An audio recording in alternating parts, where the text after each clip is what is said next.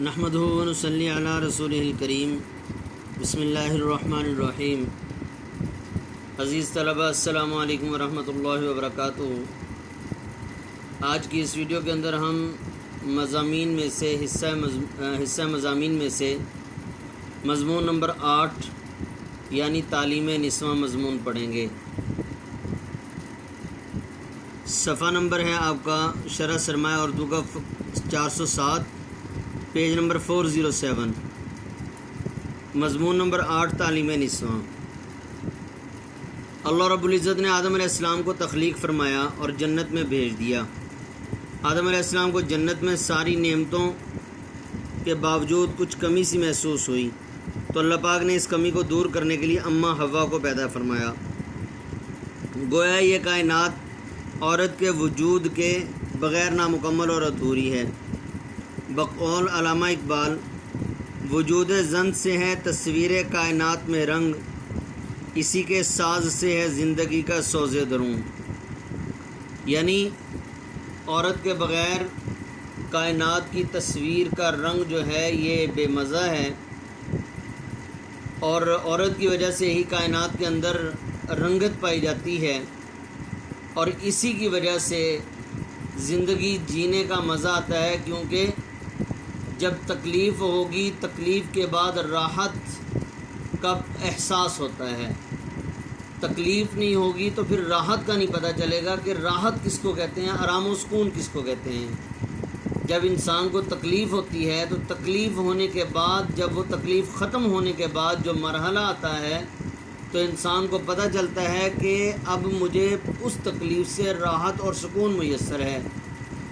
تو جب عورت ہی نہیں ہوگی کائنات کے اندر تو اس سے انسان کے مزاج کے خلاف کوئی بات نہیں ہوگی، تو جب مزاج کے خلاف کوئی بات نہیں ہوگی تو پھر اس سے گویا کہ زندگی کے سوز، جلن کا اور دکھ کا پتہ بھی نہیں چلتا۔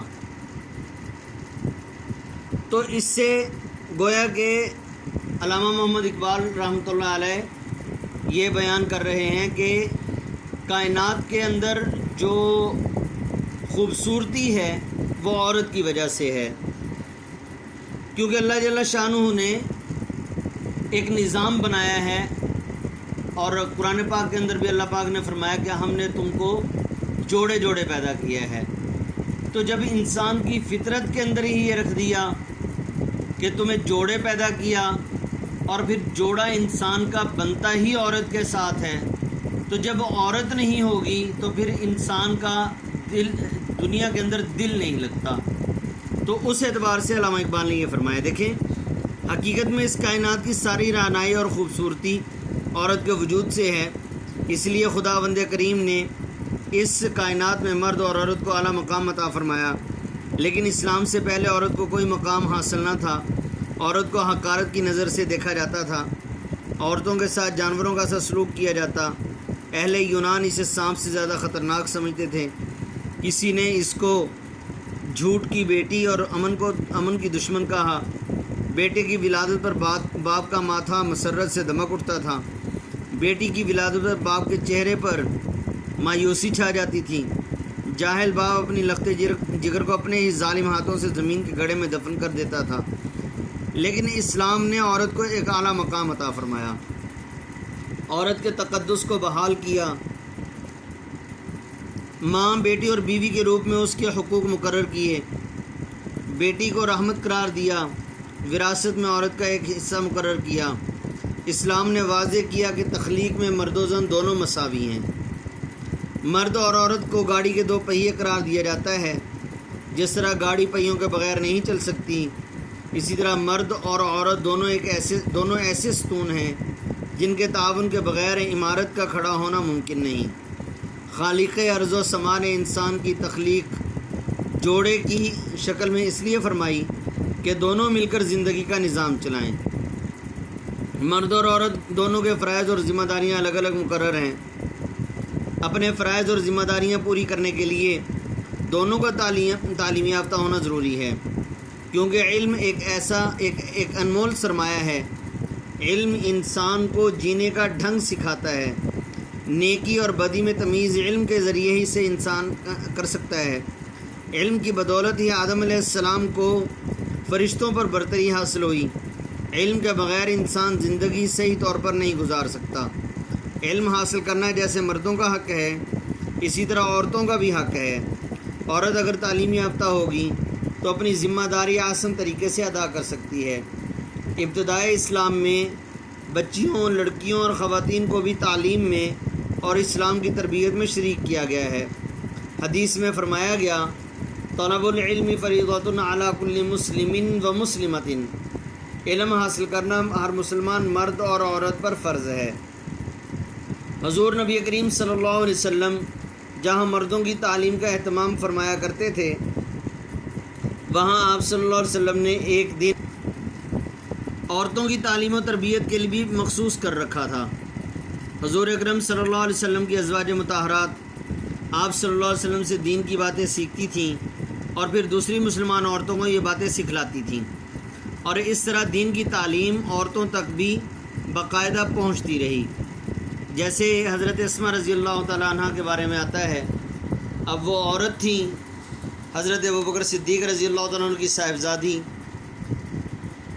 ایک بار حضرت اسماء رضی اللہ تعالیٰ عنہ نے سوال کیا کہ یا رسول اللہ، ہم عورتیں مردوں کی حفاظت کرتی ہیں، مردوں کی عزتوں کی حفاظت کرتی ہیں، ان کے بچوں کی تربیت کرتی ہیں، ان کے گھر کو صاف ستھرا رکھتی ہیں، ان کے لیے کھانا بناتی ہیں، اور جب وہ جہاد میں جاتے ہیں تو وہ مرد جو ہے ان کے مردوں کا ہم ہاتھ بٹاتی ہیں اور ان کی غیر موجودگی میں ان کی عزت کی حفاظت کرتی ہیں۔ تو یا رسول اللہ، مرد جو ہیں ہر میدان کے اندر آگے نکل آتے ہیں اور میدان جنگ میں بھی ان کے لیے بہت درجات ہیں، اور اللہ کے راستے میں یا کوئی اور صدقہ وغیرہ خرچ کرتے ہیں اور کاروبار کرتے ہیں، وہ مال خرچ کرتے ہیں، وہ مال جو ہے اس اعتبار سے بھی ان کے لیے بہت زیادہ اجر ہے۔ تو کیا اس میں عورتوں کو بھی حصہ ملے گا؟ حضور صلی اللہ علیہ وسلم نے صحابہ اکرام رضی اللہ تعالیٰ عنہم اجمعین کی طرف مخاطب ہو کر فرمایا، کیا تم نے اس سے پہلے کبھی کسی عورت سے کوئی بہتر سوال سنا؟ آپ صلی اللہ علیہ وسلم کے ارشاد کا مفہوم بتا رہا ہوں کہ آپ صلی اللہ علیہ وسلم کے ارشاد کا مفہوم یہ بنتا ہے، کیا تم نے اس سے پہلے اس عورت کے سوال سے بہتر کوئی اور سوال سنا؟ صحابہ اکرام رضی اللہ تعالیٰ عنہم اجمعین نے عرض کیا، یا رسول اللہ، ایسا بہتر سوال تو ہم نے پہلے کبھی نہیں سنا۔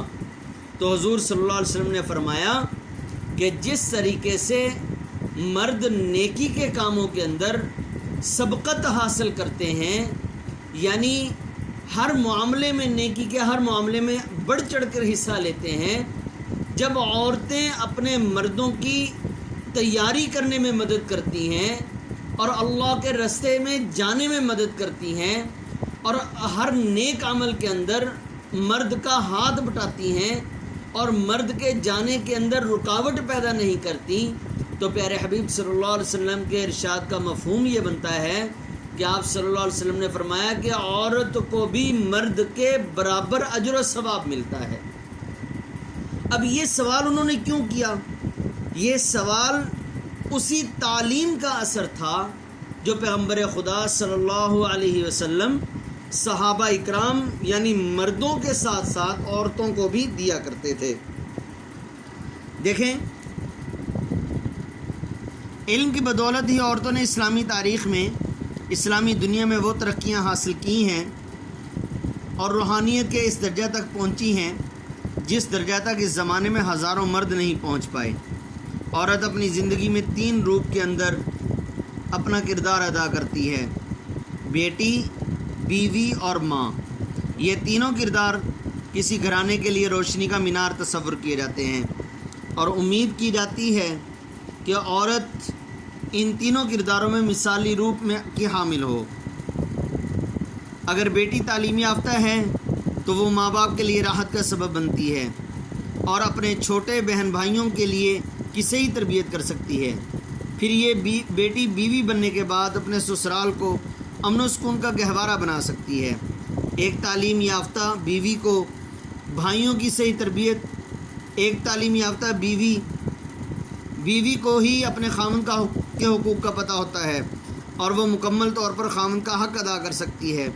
پڑھی لکھی اور سلجھی ہوئی خاتون اپنے خاوند اور دوسرے اہل خانہ کے مزاج کو سمجھتے ہوئے ہر ایک کو اپنی اپنی جگہ پر مطمئن اور خوش رکھے گی، جبکہ ایک جاہل عورت گھر کا سکون برباد کر کے رکھ دے گی۔ تعلیم یافتہ بیوی گھر کے حالات ناسازگار ہونے کی صورت میں خاوند کا ہاتھ بٹا سکتی ہے۔ خاوند یا بچوں کی بیماری کی صورت میں وہ ان کی اچھی دیکھ بھال کر سکتی ہے۔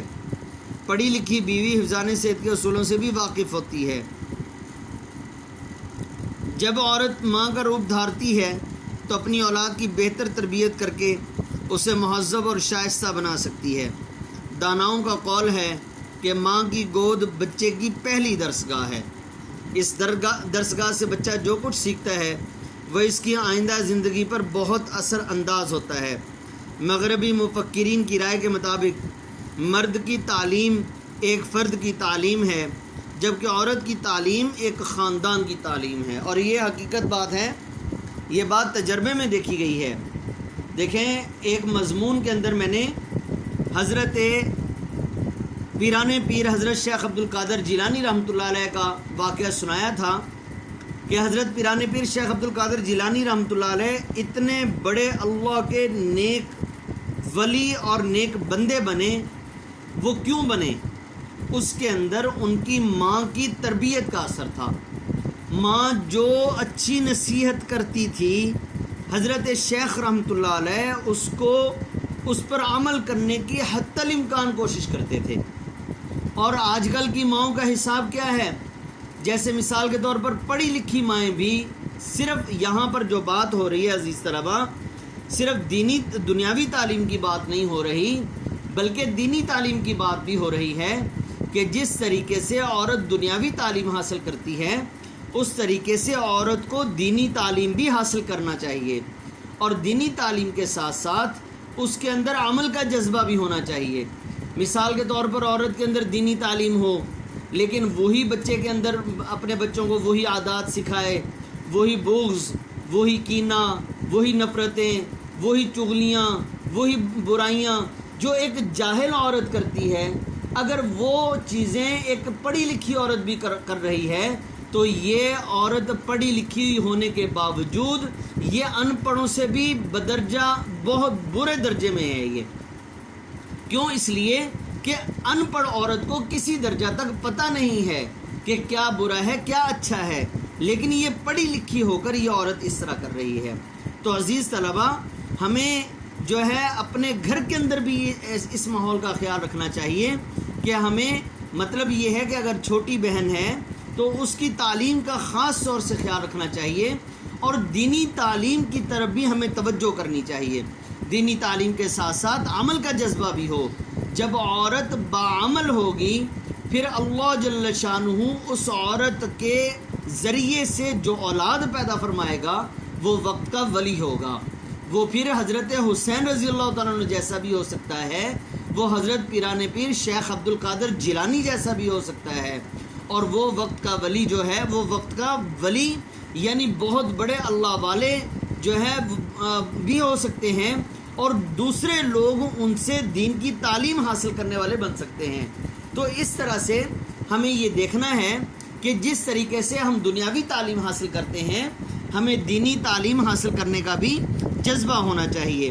تو دیکھیں، یہ آگے اگر ایک شعر آتا ہے، یہ فیضان نظر تھا یا مکتب کی کرامت تھی، سکھائے کس نے اسماعیل کو آداب فرزندی، کہ اسماعیل علیہ السلام کو آداب فرزندی، باپ کی جو فرما برداری کرنی ہے ابراہیم علیہ السلام کی، وہ کس نے سکھائے تھے؟ وہ حضرت اماں ہاجرہ سلام اللہ علیہا نے سکھائے تھے، اور ان کی تربیت کا یہ اثر تھا کہ حضرت اسماعیل علیہ السلام جو حکم باپ نے کیا، جو اشارہ کیا، فوراً سر تسلیم خم کرتے ہوئے اپنے باپ کی فرما برداری کی۔ اور پھر شاعر ایک دوسرے قسم کی عورت کے لیے کیا کہتے ہیں، دیکھیں، جس تعلیم سے اگلے صفحے کے اندر، جس علم کی تاثیر سے زن ہوتی ہے نازن، کہتے ہیں اسی علم کو ارباب نظر موت۔ یعنی جس علم کے ذریعے سے عورت کے اندر غرور، تکبر، برائیاں جنم لیتی ہیں۔ ارباب نظر یعنی اہل علم اور دانشور لوگ جو ہوتے ہیں، اہل علم لوگ جو ہیں اور عقل مند دانا لوگ جو ہیں، وہ اس علم کو موت کہتے ہیں کہ اس علم سے بہتر یہ ہے کہ اس عورت کو موت نصیب ہو جائے کہ اس علم کی وجہ سے اس عورت کے اندر تکبر پیدا ہوا۔ اس لیے عزیز طلبہ، ہمیں اس بات کا خیال رکھنا ہے کہ جو علم ہم حاصل کر رہے ہیں اس علم کے ذریعے سے ہم حلال و حرام، جائز ناجائز، پاک ناپاک، اللہ کے احکام، نبی صلی اللہ علیہ وسلم کے طریقوں کے مطابق زندگی گزارنے والے بنیں، نہ کہ ان کے خلاف چلیں۔ اگر ہم ان کے خلاف چلیں گے تو وہ علم نہیں بلکہ اہل نظر، ارباب نظر کی نظر کے اندر، یعنی عقل والوں کی نظر کے اندر وہ علم جو ہے وہ موت سے اور زہریلے سانپ سے بڑھ کر ہے۔ اللہ پاک عمل کرنے کی توفیق عطا فرمائے۔ تو عزیز طلبہ، آپ نے تعلیم نسواں مضمون یاد کر لینا ہے۔ یہ تمام کی تمام باتیں جو ہیں یہ اسی وقت ہوں گی جب ہماری مائیں، ہماری بیٹیاں، ہماری بہنیں، ہماری بیویاں، ہماری بچیاں گھر کی، یہ سب کی سب تعلیم یافتہ ہوں گی، اور دنیا کی تعلیم کے ساتھ ساتھ دینی تعلیم بھی ضروری ہے۔ تو صفحہ نمبر 407 سے لے کر صفحہ نمبر 409 تک آپ نے یہ مضمون یاد کر لینا ہے۔ السلام علیکم ورحمۃ اللہ وبرکاتہ۔